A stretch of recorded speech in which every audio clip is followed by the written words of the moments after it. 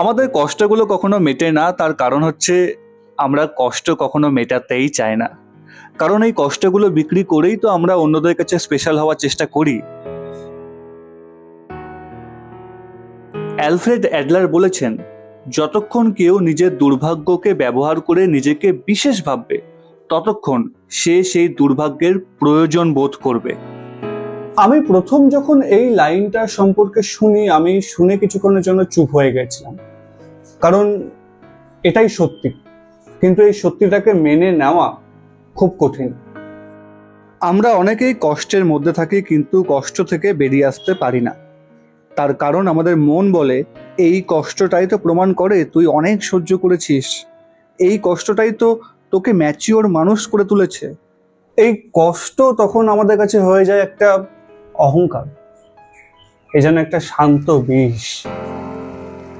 Sympathy পেতে পেতে একটা সময় আমাদের সিম্প্যাথির নেশা হয়ে যায়, তাই কষ্টগুলোকে তখন আমরা আর ছাড়তে চাই না। আমরা ভয় পাই, আমরা ভাবি কষ্ট যদি না থাকে তাহলে হয়তো কেউ আমাদের গুরুত্ব দেবে না, আমাদেরকে নিয়ে ভাববে না।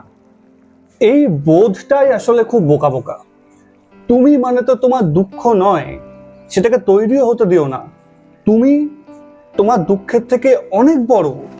তুমি যদি কষ্টকে তোমার নিজের অংশ না ভেবে এক সময়ে পার করে আসা একটা ধাপ ভাবতে পারো, তাহলে হয়তো তুমি এই কষ্ট থেকে সত্যিই মুক্তি পাবে। আমি জানি তোমার কষ্টের পেছনে একটা সত্যি ঘটনা রয়েছে। তুমি সেই সত্যি ঘটনাটাকে মনে রাখো।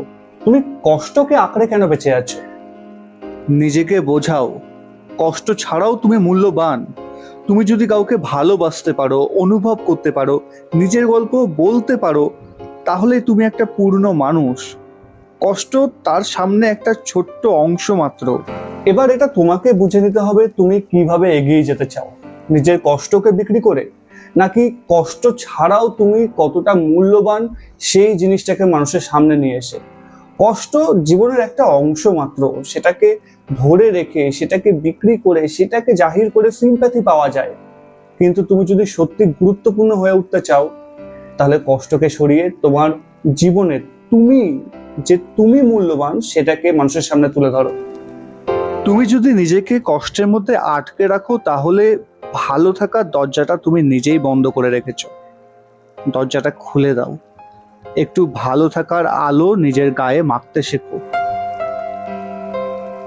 আমি তোমার কষ্টকে অসম্মান করছি না, আমি বলতে চাইছি নিজের কষ্টকে নিজের বোঝা বানিয়ে নিও না।